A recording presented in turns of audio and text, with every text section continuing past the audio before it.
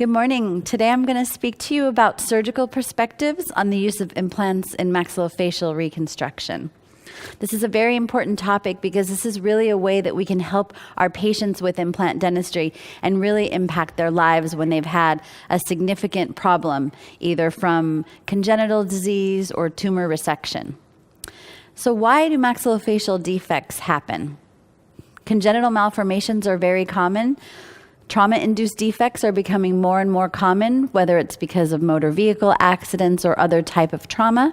Surgical resection from either benign or malignant pathology, serious infections, burns, and these of course are helpful to improve the function and as well the aesthetics and psychological well-being of these patients.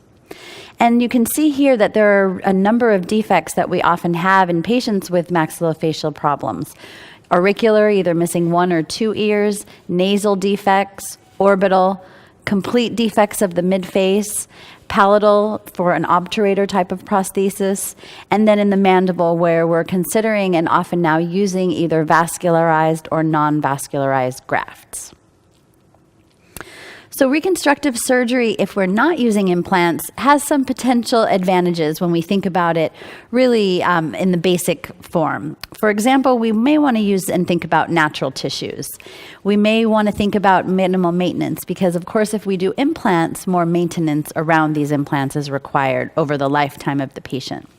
However, if we do natural reconstruction with autologous tissues, then we're going to need multiple surgical procedures. If we have a defect that involves both skin or mucosa or cartilage or multiple tissues, then it's very, very challenging to get all of these type of tissues to heal together, and it always takes multiple surgical procedures. These additional procedures come with a great cost.